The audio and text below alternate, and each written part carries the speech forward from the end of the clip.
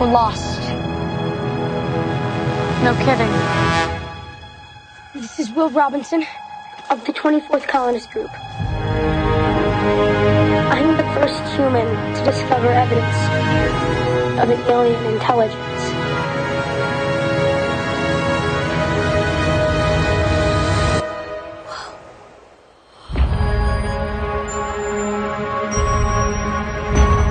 What is that? It's okay. Will! He's with me. Danger, Will Robinson.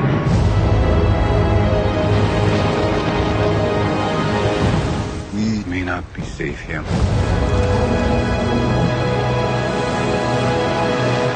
How long do we have? Weeks.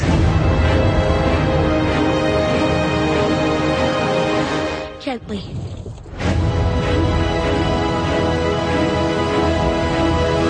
What the hell are you?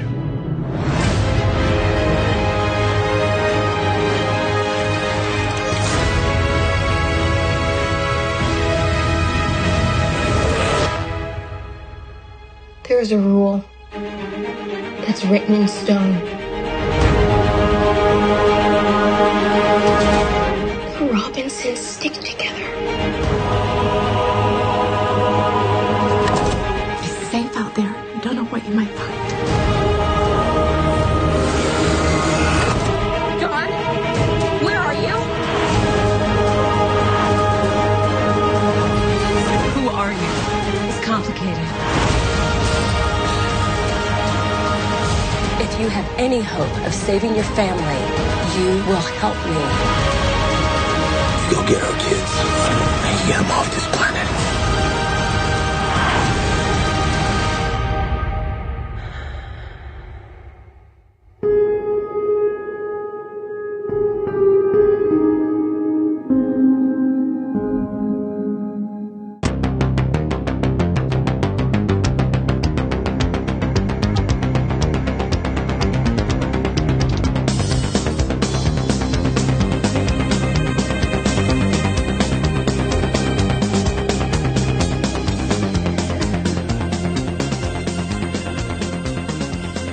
Good morning, everybody, and welcome to an all-new episode of the Chronic Rift podcast on Facebook Live. It's your old pal, John S. Drew here, and I'm excited to be back. I'm really sorry about the last couple of weeks being missing here between allergies getting my throat, so I couldn't speak very well, then having a couple of days where we had no power because of the storms that hit here on the East Coast, and then I was away in New Orleans, speaking of which, today's mug is from New Orleans here, all musical themed, and it's huge. That's really what caught my attention. The bigger the mug, the better it is, because I can actually sit through an entire episode without having to run off and get a refill. But good morning to you all. It's June 3rd, and as I said, I was in New Orleans. I was with my academic team. We were competing in the Nationals for academic challenge there, and unfortunately, they scheduled our games Sunday morning, so that sort of put off any chance of doing the Rift, even remotely from New Orleans, which would have actually been kind of cool. But we're back, and we're getting back into the swing of things here with a discussion, as you can see from our opening credits at the beginning, of the new Lost in Space television series on Netflix. Now, longtime fan here, loved the old show, had always mixed feelings about the way both the original, not the original, but the new versions, the movie, the W.B. Robinsons, and even the cartoon that they did with Hanna-Barbera. But I'll tell you, I wanted to get in this discussion, and I wanted to make sure, though, that enough time had passed that we could do this without offending anybody with spoilers. But I'm going to say it now. If you haven't watched the series yet, you might want to tune out for the time being and wait until you do, because we will be offering spoilers aplenty. And I've got people here with me today to discuss this episode. First, let me bring in my longtime friend, and he's been on a number of podcasts with me regarding the $6 Million Man and the Bionic Woman. He's an educator and a longtime fan of Lost in Space as well, Mr. Rod Deluca. Hey, Rod. Good morning. How are you? I'm doing well. How's things over? You're in the West Coast there. I am. It is 6:05 in the morning. It's dedication. On a Sunday. On a Sunday to Lost in Space, right? Yeah. Yes. Yeah, John. Yep. So, and also joining us, the host of the Flopcast podcast. I'm proud to introduce here for the first time on the Chronic Rift, Mr. Kevin Eldridge. Hey, Kevin. Hey, good morning, John. Morning, Rod, and everybody else crazy enough to be up and online this early. It's great to finally be here. And if we're showing our coffee mugs, my mug today is the Big Chicken from Atlanta. You and your chickens. I love it. And I had Dean and Deluca from New York. Nice. Ah, there you go. So everybody's got their coffee ready to go for the morning here. Exactly. Now, gentlemen, I'm assuming it's a safe bet to say here that you both were longtime Lost in Space fans when the new show was introduced. I mean, you didn't just come into it and say, "Hey, I'll check this show out." No, since when I was 3 years old, I received the robot for a birthday gift that was sold at Sears, and remember the show in the reruns, and then have been a longtime fan since then. And yeah, absolutely. I grew up on the old show. I was not alive when it was originally on, but the reruns in the 70s every afternoon, I was there. Yeah, I'm in the same boat. I remember Channel 5 here in New York. Every afternoon at 3 o'clock, you had Lost in Space on for a good number of years. Yeah. But now we come to this new version of the show, and there had been the movie. There had been the animated thing they did with Jonathan Harris coming back to do the voice of Dr. Smith, although everybody else seemed to be different. Even the robot looked different. There was the Robinsons, the John Woo thing that the WB did. And then along comes the announcement that Netflix is going to do a new version of Lost in Space, and it's got the blessing of the original cast. But I think the movie had the blessing of the original cast as well. I got to admit, when I first heard it, I was kind of like, Netflix? Really? Like, we're not going with the traditional route of a television network or something like that. Like maybe Sci-Fi. Why didn't they pick it up? But what were your initial thoughts when you first heard about the series? All right, I'll take it. I'll go. Okay. I'm a little hesitant about reboots as well of properties that I enjoyed in their original form. I always think, oh, no, what are they going to do? And often I just dismiss it and I don't even pay attention. And in this case, I heard new Lost in Space series on Netflix, and all I really heard at first is, and Parker Posey is going to be Dr. Smith. And I thought, you know what? Yeah, all right. I will definitely give that a try.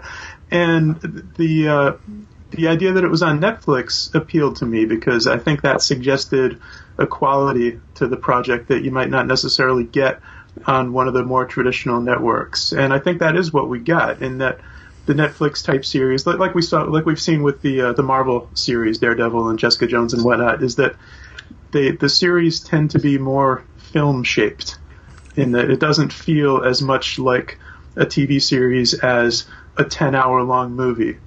And I think that's kind of what we got, in that there was such an arc to the season.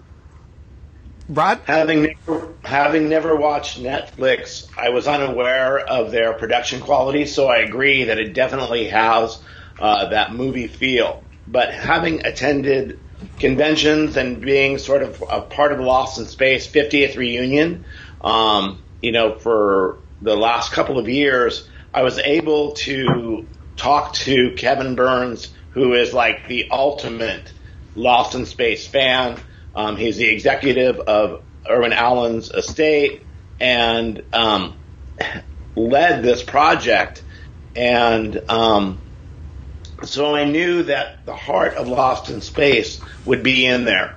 And I knew that finally the fans were a part of this, as opposed to whether the cast gave their blessing for the movie. The movie was something that did not go over real well, I think, in the fandom. But I knew, having gotten bits of information over the last 3 years about the reboot, that it was going to be successful. Now there's something. You bring up Kevin Burns, and that was actually, and nothing against Kevin.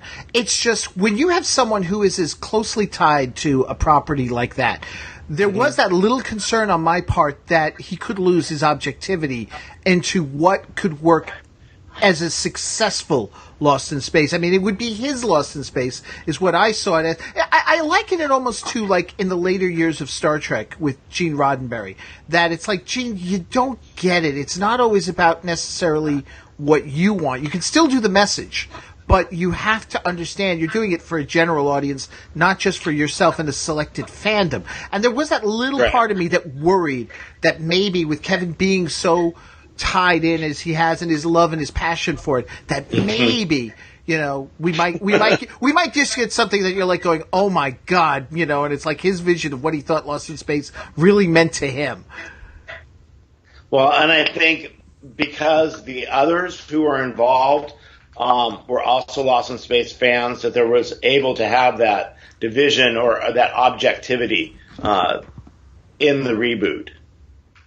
Right. There was enough pullback or enough, objectivity to where you had multiple visions coming together.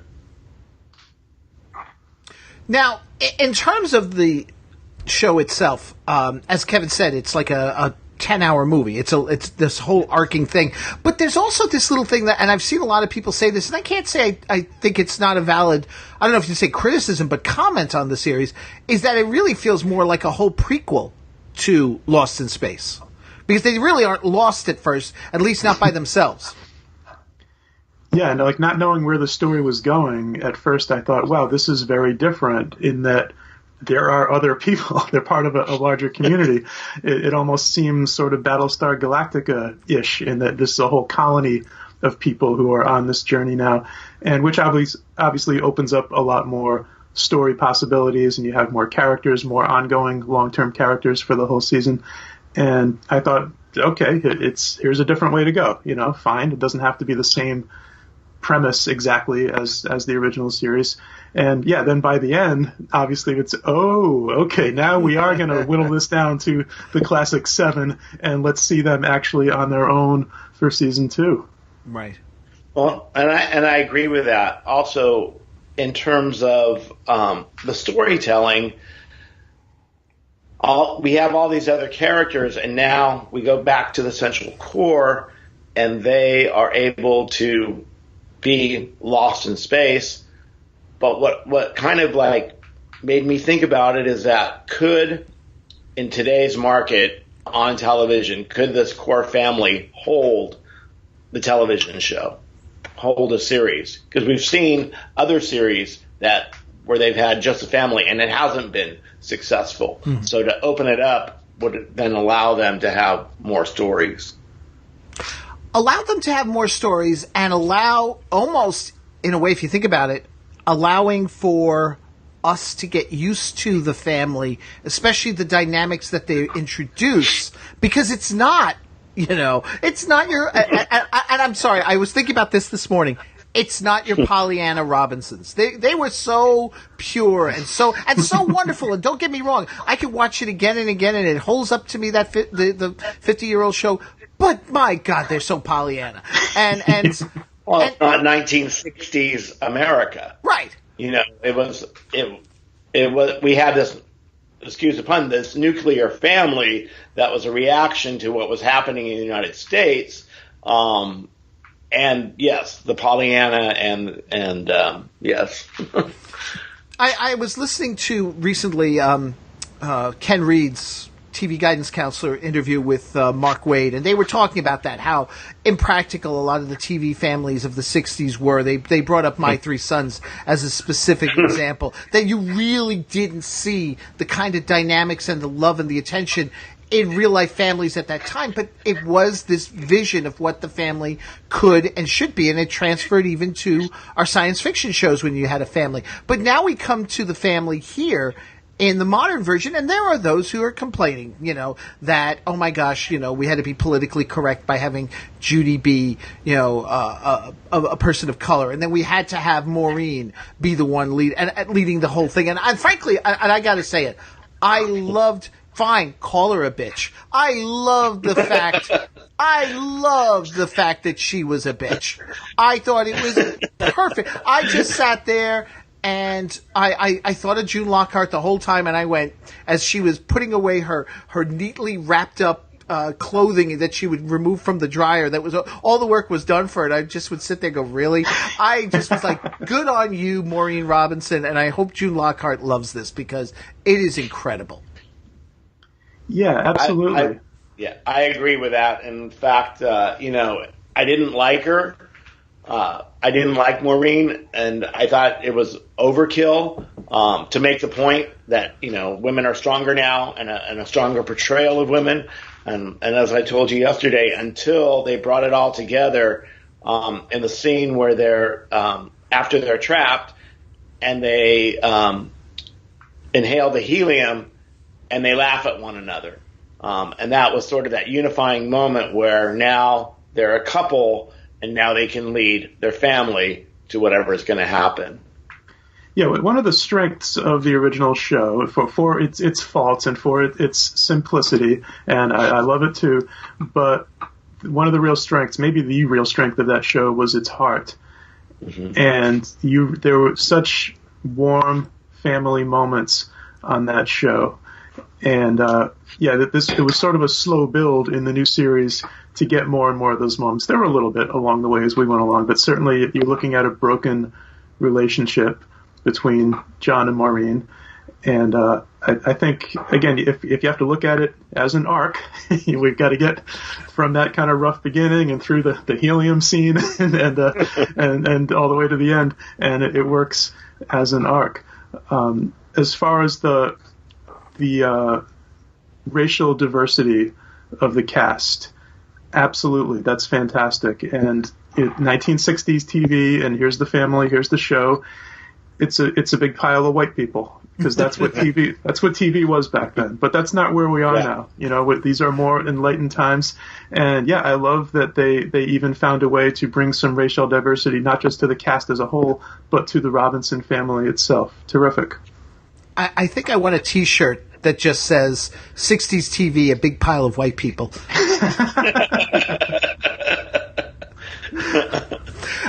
And you're right, Kevin. I mean, it goes back to that whole thing, the arc, and that's what sort of also I got upset. I actually vented on Facebook about people who were saying after 2 or 3 episodes they quit. I'll be honest with you, the 4th episode in, I found myself not liking Penny or John. I thought John was just a little too whipped, and I thought Penny, I was like, oh, great. I was the one who fell into the trap of going, oh, great, the snarky kid, because we got to have a snarky kid in every TV show, and it took a while to warm to her for me. I had no problem with Maureen. I had no problem with Will being in his own way damaged, having the test anxieties and all that stuff. Because everybody was expecting Will Robinson, cocksure, and off he goes to fix the robot like he does, in the early episodes of the show, walking out on an alien planet in the dark. I'm like thinking to myself, oh my God, I wouldn't do that, and I'm a 50-year-old. But I no, I mean, go ahead. Go. No, go ahead. No, I mean, I liked Penny from the beginning. I thought her interaction with Will was dead on because they had that playful interaction in the original show, and so they picked that up right away, including the pigtails that Penny wore. Yes, in the opening scenes, and so they established. I think they did a good job of establishing the relationship among the siblings as to bringing in the old but then making it new. Yeah, I was happy with the kids, all 3 of the Robinsons. I thought especially Will, that's a tough role to do, mm-hmm. and especially it has to be a young kid doing this role, and there has to be a gravity to the part and also a likability, and I think they found a young actor who could pull it off. And the daughters, I was surprised by Penny looked a little older and Judy looked a little younger to the point where they almost looked about the same age. Right. So that kind of threw me at first, especially since they have different fathers. Evidently. But I guess according to what I read, I guess Penny's supposed to be about 15 and Judy's supposed to be about 18. Right. Which is fine. And again, since in the old series, and I hate that I keep I can't speak a sentence about the new series without attaching the old series to it, but I guess it's inevitable. But obviously, one of the themes of the old show was the budding romance between Don and Judy, and I don't know that would seem appropriate if they go that way anytime soon, because she looks like a young girl to me, and there's Don as a full-grown man. They look very far apart. And maybe down the line that'll work. Yeah, I would agree with that. Yeah, that was one thing. I will agree. It's like, I don't know. We come to it with our baggage, with our Lost in Space baggage, whatever it might be. Whether it's you just love the whole triangle of Smith, Will and the robot, or whether you love the family dynamic, or whether you love. I mean, for me, I always just seem to love the whole idea of this core group of people struggling together to survive, even if it was the most ridiculous thing, like the Valhalla and all that. It didn't matter. It didn't matter. It still all worked for me. I came looking for that, so when I saw, like I said, there was Penny and there was John of all, because I'm thinking of Guy Williams, and I'm like, God, he was so. Magnificent in the show, and he stood out. Even when he got screwed over in many respects by Jonathan Harris's, portrayal and stuff, and they realized that's the way to go with the show, I still thought he still managed to always make every scene he was in work. And then, now we've got, John Robinson here, and he's trying desperately, and I didn't get it until we get to later on that he's really trying to make amends in his own way through this whole thing, and that's why he's not coming across strong and just forceful. He knows he's got to work his way back into the family if this is going to work at all. So I'm sorry. Go ahead. No, I mean I would agree with that. He seemed like a secondary character to everybody else. Yes. Throughout and for the first 8 episodes, and then he comes into his own. And I think what they did was, they focused in on Will, the robot, bringing Maureen in as a stronger character. And then the girls, and even we haven't talked about Dawn, but even having Dawn in there, which seemed at the beginning not a central character, but as a supplementary character, but then started adding humor, very much lighthearted as opposed to the serious Dawn in the original, and then you saw the relationship between Dawn and John develop at the end of the episodes. Yeah, that definitely was something there. I in some ways, I almost felt like they were ignoring the men. If you think about it, because Don and John were sort of secondary, and they were sort of working their way through everything here and trying not to get. Well, Don, I thought was more forceful than John for a while there, because that just was his character. He's kind of a bit of a rogue. Right. Exactly. Yeah, because the original Don on the old show was pretty much a hothead. Yes. And understandably, given what he had to deal with Dr. Smith. But this Don West, I really enjoyed, and certainly a different take on the character, and the kind of the Han Solo-ish rogue with out to make a buck and a smuggler and whatnot. But also, he was very funny. I find myself laughing at such clever lines that they had for him, and very well acted. Yeah, and I've got to admit, I got a kick out of the whole thing with Debbie being a chicken. I thought of you, Kevin. Yeah, believe it or not, I enjoyed the chicken as well, and of course named after the old space monkey from the original show. I loved it. I would be curious to see why they did it that way. I haven't read anything or heard anything of why they brought in Debbie as a chicken or what. Because it's very original and still pays homage to the characters. I'm just glad they didn't put those weird fuzzy Debbie horn things on the chicken. That would have been interesting. Well, I think that's what it was. I think it was more of just to be an homage because the movie had an actual CGI, if I remember correct, character named the Bloop, right? The Blarb. Yeah. No, it's the Blarb. The Blarb, okay. And you know, I forget where it was because the Comic Book Central podcast did a whole bunch of interviews with writers, with Kevin Burns, with some of the stars of the show. And I forget which one it was. It might have been the actor playing Don pointed out that it just, you know, it was better the chicken than trying to mimic the monkey and doing anything, you know, too crazy. And at the same time, you know, still acknowledging, yes, this is another element of the show from the past. Sure. And if they want to have a space monkey, they could do that in season 2. Yeah. Right. And why wouldn't you want to have a space monkey? Right. I want a space monkey.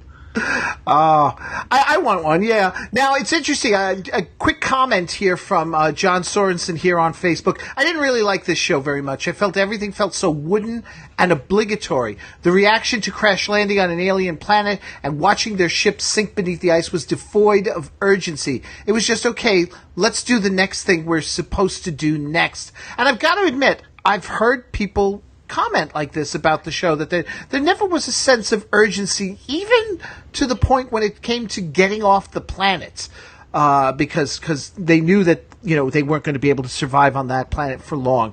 There wasn't as much of a sense of urgency. I don't know if I entirely agree with that.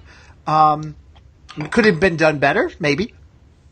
I would say these people, this wasn't just a random group of civilians crashing. This isn't a plane crash with people who are not prepared for this kind of emergency situation. These were people that were carefully screened and approved to go on this mission, and so that these are the kind of people who should be ready to react and respond and say, what's next? You know, that's NASA training. If you're going to be an astronaut, that's what you learn. And I read Chris Hadfield's book, who was an astronaut, and he said if there's a problem, you think, what's next? What do I do next?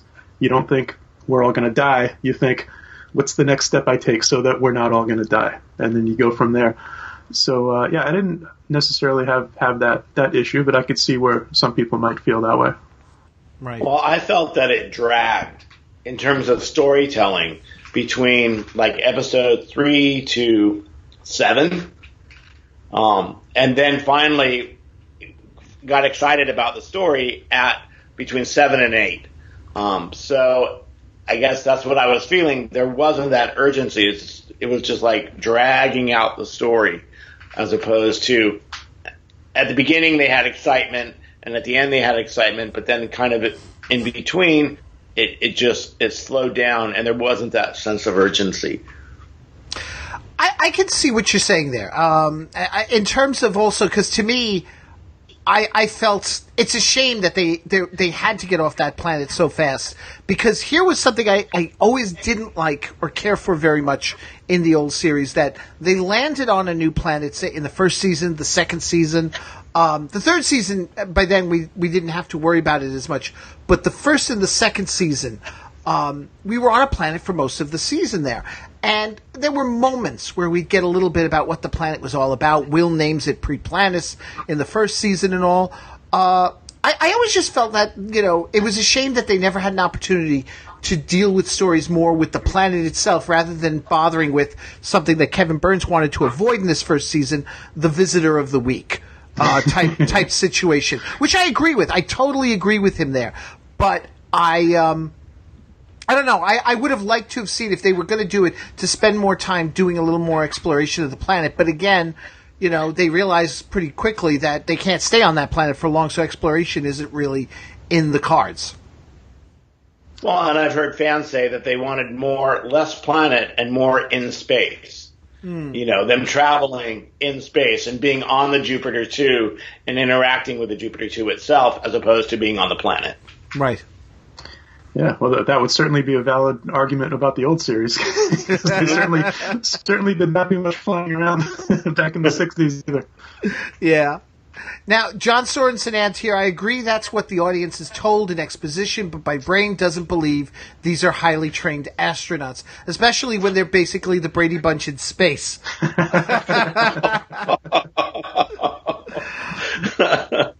Yeah. Well, you care to comment there, Ron?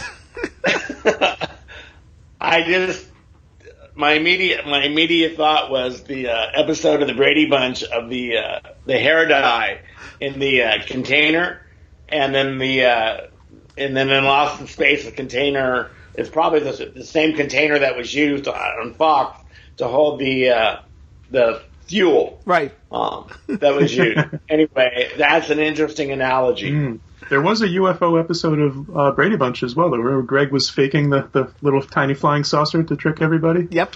That's true. Now I just really want to see the Brady Bunch in space. Yeah, I'm surprised nobody, with all the other Brady Bunch spin-offs and things they did, that nobody ever thought, let's just do the Brady Bunch in space. As well. Yeah, they sent the Partridge Family into space, but not the Bradys. That's true. Oh, Sherwood, you missed your calling. All right, well, now there's something, too, because we've been talking about the character developments of the various characters, and one character we haven't really talked much about, other than in passing of the actress herself, is Parker Posey's Dr. Smith. Now, to me, and this was something my wife and I both agreed upon, we don't see how, in all practicality, it makes any sense other than appealing to basic humanity that one should keep Dr. Smith around once we get into the start of a second season. You understood it in the 50s. It was frustrating as all hell to watch, but these people were so good, and we even saw they have a faith, because they do pray at one point early on. And I know it was in the pilot. I forget if they did it. Did they do it in the series itself? Were scenes taken from the pilot in the series with them praying? But in any, I know the scene at the end when the aliens appear out of the grass or out of the vegetation. I don't remember exactly if they did keep that scene in the series proper. Yeah, I want to say they did. I think it was. Yeah, I think so. But it wasn't the first episode. It was like when it was the episode of the Fifth Dimension, right? Somewhere at the end, or somewhere like within the first 5 episodes when they cut it up, right? Cut up the pilot. But I don't see this family, Robinson, being that accommodating. And I just and as much as I loved the layers to Smith that they gave her in this series. I loved it. I mean, she wasn't just the mustache twirling villain. Mm-hmm. She's very layered. But I just don't see the point of keeping her around, which is what'll be interesting to see how they write themselves into that. Yeah, absolutely. That's well, it's their problem. I'm glad I don't have to figure out how to keep Dr. Smith on board for season 2, but I look forward to seeing how they do it. Yeah, obviously it's not going to be as simple as back in the 60s. And even back in the 60s, it was maddening. Like, my wife and I were rewatching the old series a few years back, and she had to stop watching because of Dr. Smith. She just couldn't take it anymore. She's like, why do they not murder this guy every week? He's ruining everything every week. And yet every day it's, good morning, Dr. Smith. Here, we made breakfast for you. For you, yes, they're feeding him breakfast. But Don wanted him gone. Just nobody ever listened to Don. Don was the hothead, but Don was right. Well, and just from the practical point of view, now that they know that she's not Dr. Smith and that, who she is, how can they keep calling her Dr. Smith? Right. Yeah. And, that'll be interesting. I mean, they pulled off other surprises in shows before, so obviously she's going to continue on. I sure hope so, because, man, she's been terrific. I love what Parker Posey did with this role, and just so fun to watch. And she's acting with her eyes. You just see her thinking. Exactly. You see the wheels spinning. What's my next move to keep manipulating everyone? She's been terrific. Yeah, no, I would agree with that. And in terms of, she does give this depth to the character, and she doesn't, like you said, doesn't have to say a lot. Her mannerisms and her facial expressions really carry the character forward. Even her hair. I love just the crazy flared out. Her hair is acting really well on the show. Well, and that's talk about Will Robinson. That's also the iconic, part part 2, Dr. Zachary Smith from Lost in Space. And I'm sure she had a lot of fear going into this, but I think she pulled it off, and the fact that they changed gender. And I know I read on Facebook and on the net, a lot of people were not happy with that, changing the gender. But again, 50 years ago and since then, people thought that Dr. Smith acted effeminate. And, so it's not surprising to me that they went with a woman for this character. And in fact, I think Parker demonstrates a lot of, not masculinity, but strong characters.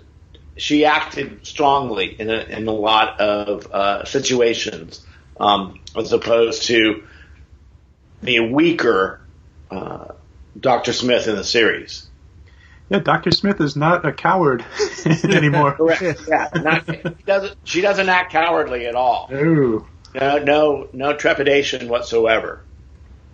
Now, one thing I did from the Comic Book Central interviews, Maxwell Jenkins is his name, the one playing Will? Yes. Yeah. He was interviewed by Joe Stuber there, and he pointed out that what he'd love to see is actually Bill Mumy appear in the second season, quite possibly even as Smith, because he didn't die. She just left him behind there, taking his thing. So it's possible that maybe he survived this whole thing. And Maxwell was like, wouldn't it be awesome if Bill Mumy just showed up and never fears Smith is here? Yeah.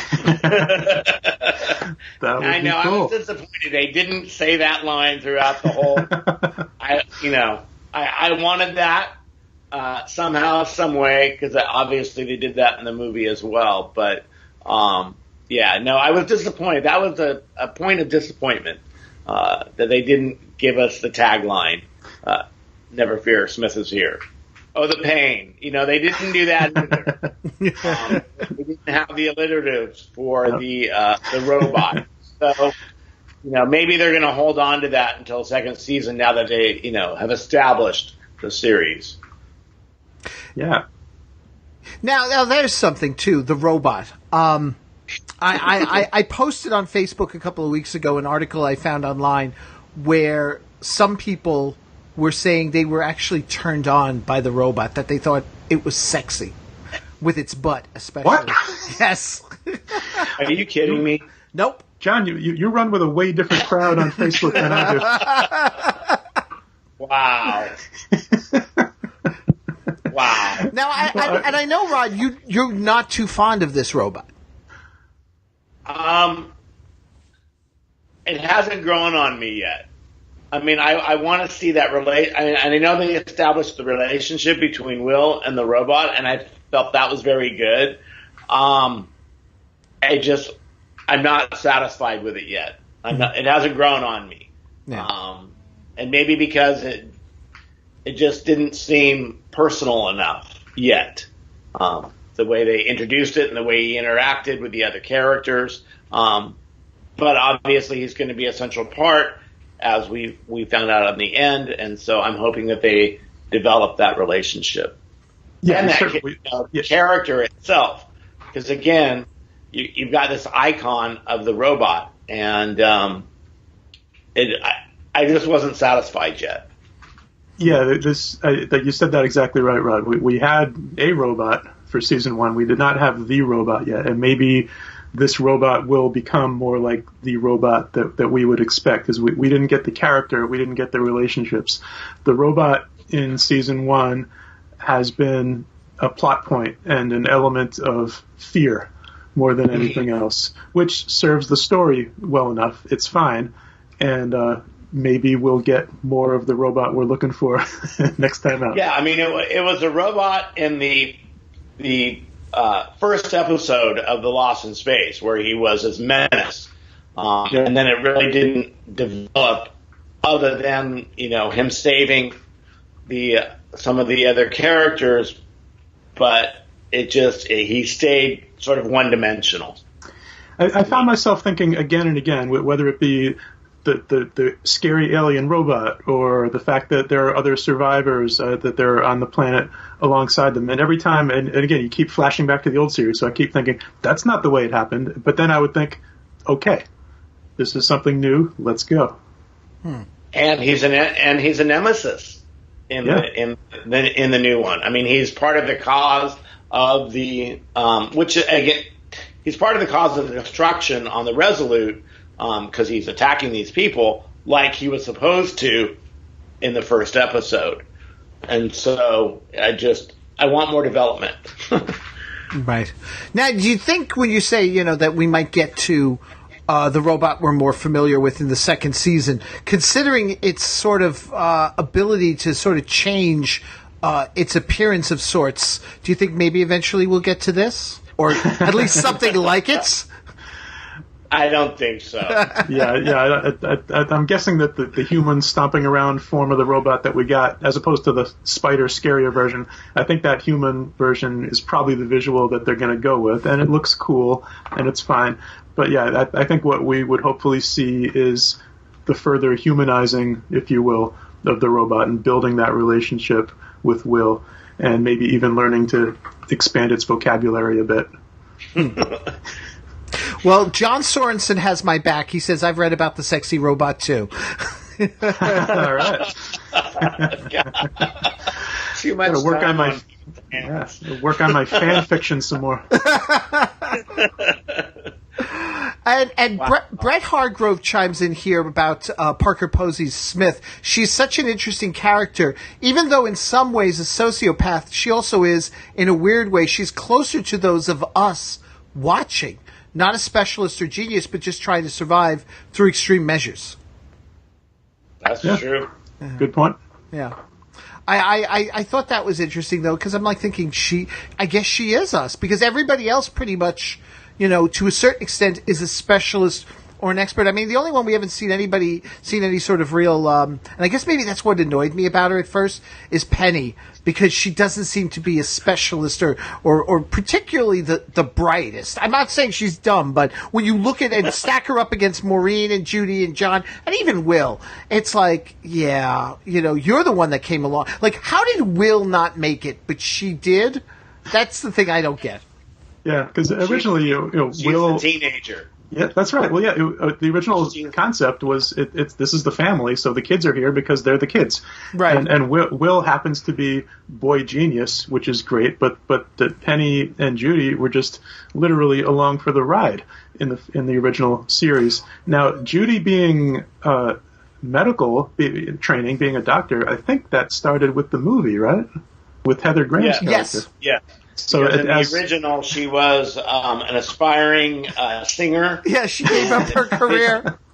Well, that's exactly that's what we need in space. We need some singers.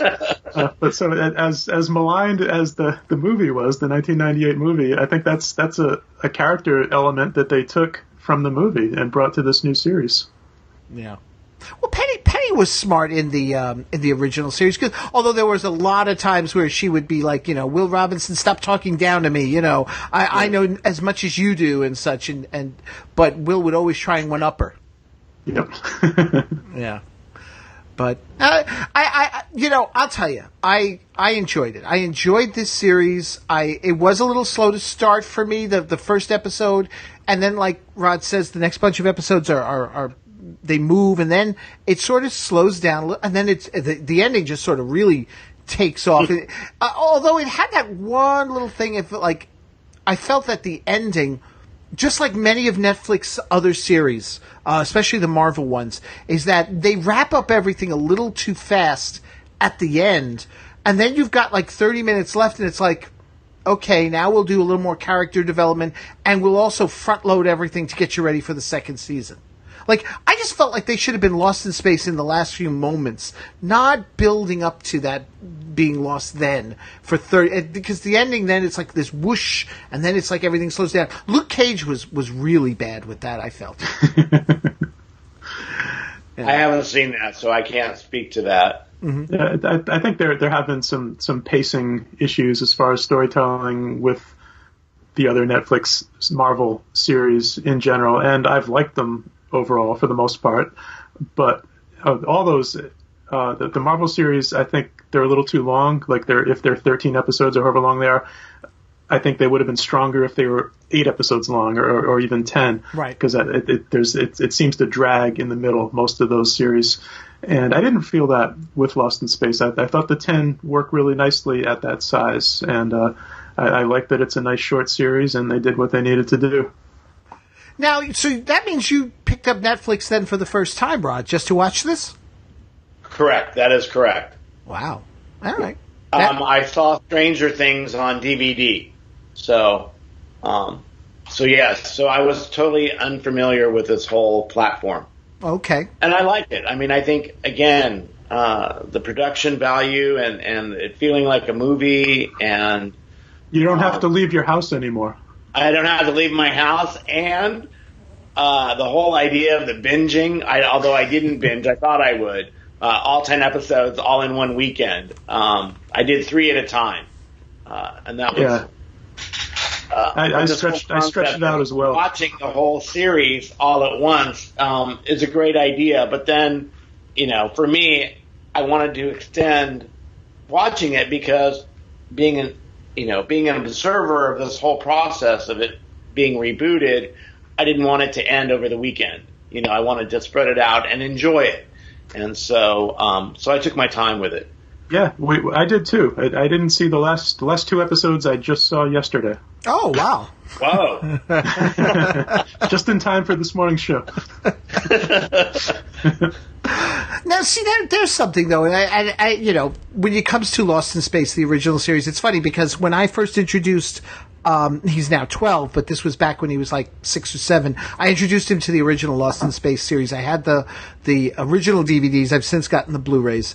And I remember we'd like watch an episode, and then when it was done, I'd be like, okay, maybe we'll watch another tomorrow or something, And he'd look at me and go, well, can't we watch another one now? And I was like, well, we could. But to me, like this, what made that show and so many shows of the past was you watch them one at a time. You didn't sit there and binge. I don't know. I just felt like that was the one thing, because my wife and I did that too. We do 2 at a time or 3 at a time here and there. But we pretty much finished off the whole series in a week. And then when it was done, I kind of sat there and felt a little sad. Well, and I think going back to the time period, again, that's the way it was produced. At the end of Lost in Space, stay tuned to next week. So you built up this anticipation for the next episode. When they gave you the teaser at the end of the, one episode for the next one, then you wanted to keep watching. You wanted to find out what happened. And so there wasn't so much of that with this.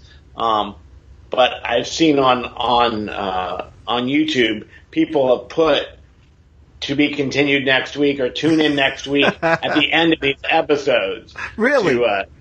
Yes, the diehard fans. Just to make it like it so that you want to continue watching it. That's funny.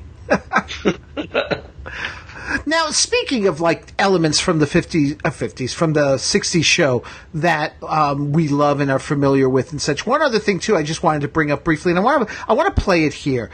We didn't see it in every single episode, but the opening credits to Lost in Space, which, oh dear, hang on. I did have it.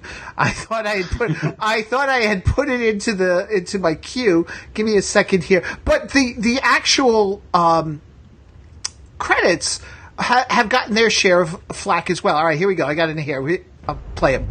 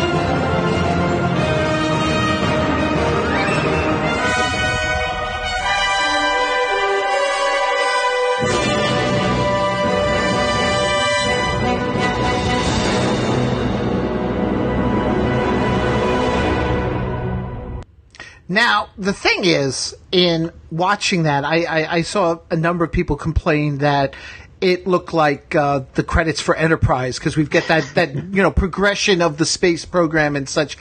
It didn't bother me at all. I mean, I didn't even make the connection at first till somebody pointed it out. And I thought the theme itself was beautiful, the way they kind of like, here's our version, but we're blending it with the past. Yeah, I did think of Enterprise watching that little montage of the history of spaceflight, and which I don't love those credits, that they don't really jump out at me as something special or something fun. So I would not mind a revision of that credit, maybe go a different way for the next season. Yeah, the music though, it was very nice, and yeah, I love when you get that little taste of the second of the original theme songs from the old series, it's such a great theme as well. Both theme songs from the original series are so great that I love hearing a bit of that music again. But so yeah, I don't think the credits were a problem, but not necessarily a benefit either. Well, originally it was announced that John Williams was going to do the theme. Oh, really? Create a new theme. Yes, but apparently he didn't, whether he was busy working on Star Wars or whatnot. And having don't you mean Johnny Williams? Yeah, Johnny Williams, my bad. From the 1960s. And not having seen Enterprise, I didn't make the connection at all. But I thought what was good about the opening credits is that they focused in on the development of the space exploration over the last 50 years and bringing in the family. And the pictures were of the family watching what was happening. Right. And then at the end of it, put in the rip from the third season, and that's when I got excited. And then when they did the rip throughout the series, that's what made me feel good. That harkened back to the original series. But I like the opening credits. I thought it was a great job. Yeah.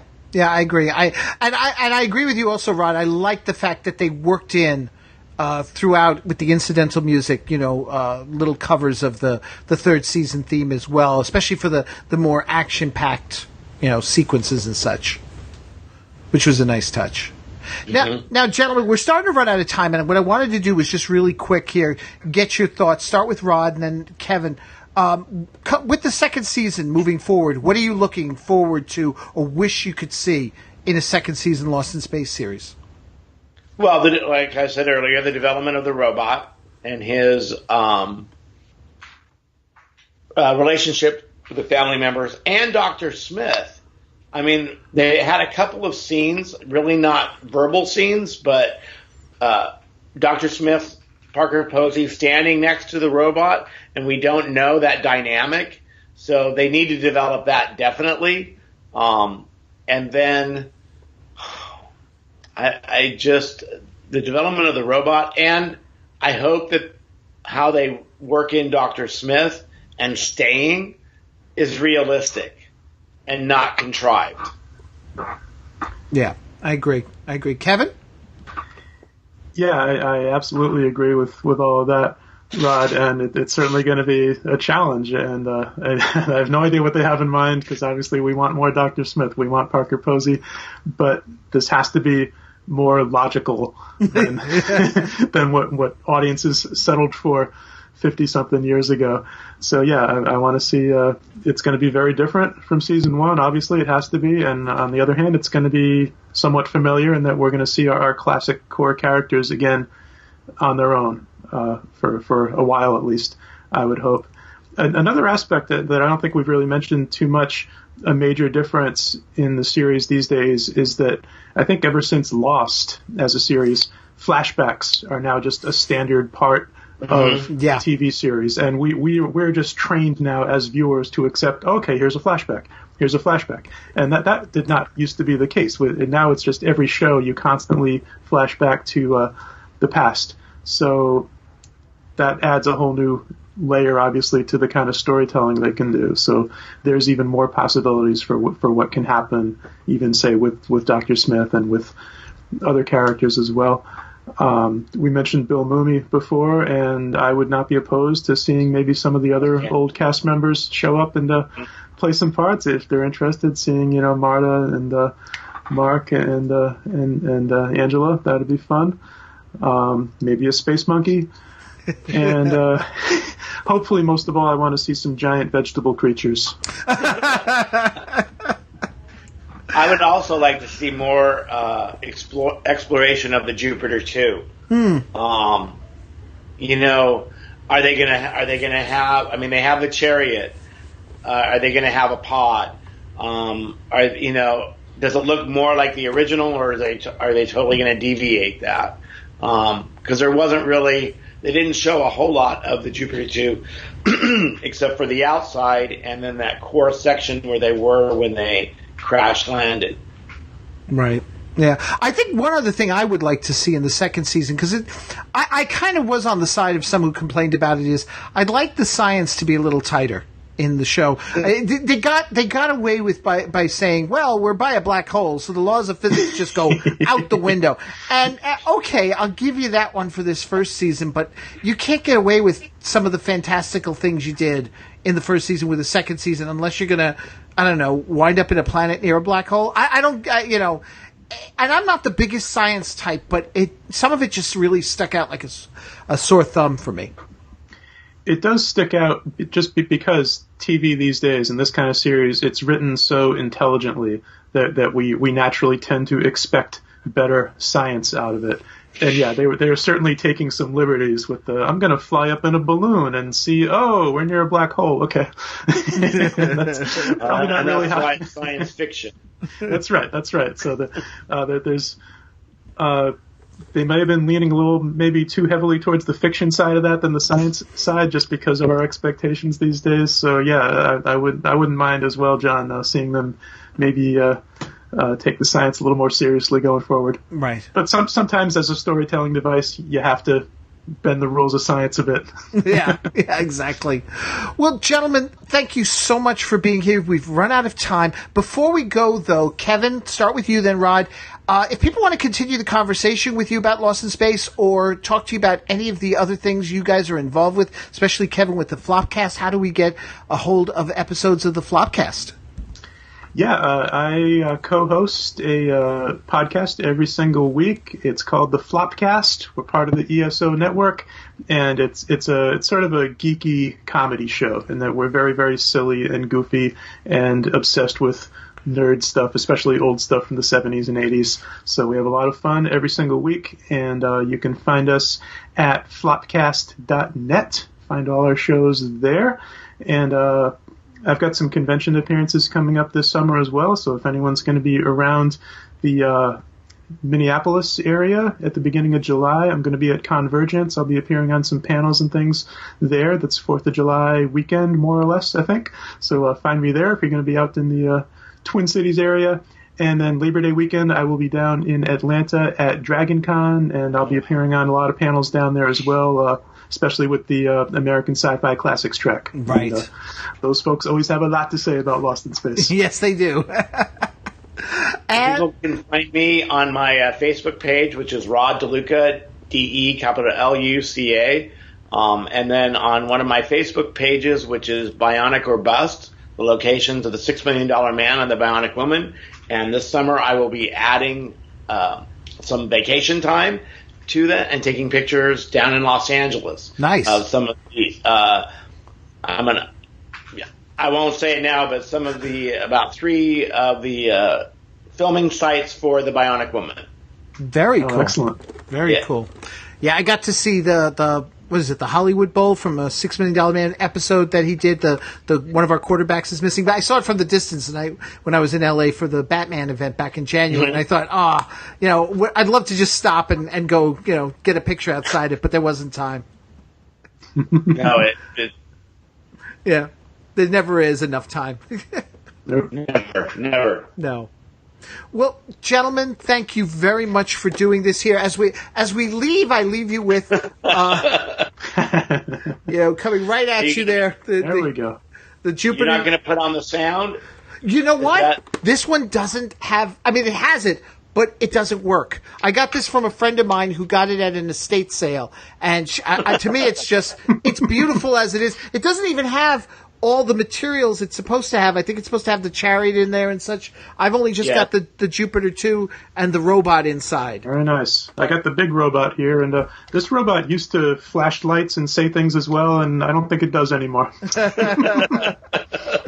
But it's still a beautiful looking robot, though. Good looking robot. This is my robot. This is the real robot. The real robot. The real robots. So, folks, that's going to do it for this episode of the Chronic Rift. Tune in next week when we will be discussing the years of Sylvester McCoy as Doctor Who, the 7th Doctor, and our continuing Doctor Who series. Stay tuned. We've got new episodes of the weekly Podioplex and presenting the transcription feature coming out this week. And I'll be back on Friday night with a new episode of the OSI Files as we take a look at the $6 Million Man episode, Operation Firefly. So until then, everyone, thank you so much for watching. Thank you so much for listening. Rod, once again, thank you. Thank you. And Kevin, take care. Thank you. Thanks a lot, John. This has been great. All right, and we'll see you all again next week.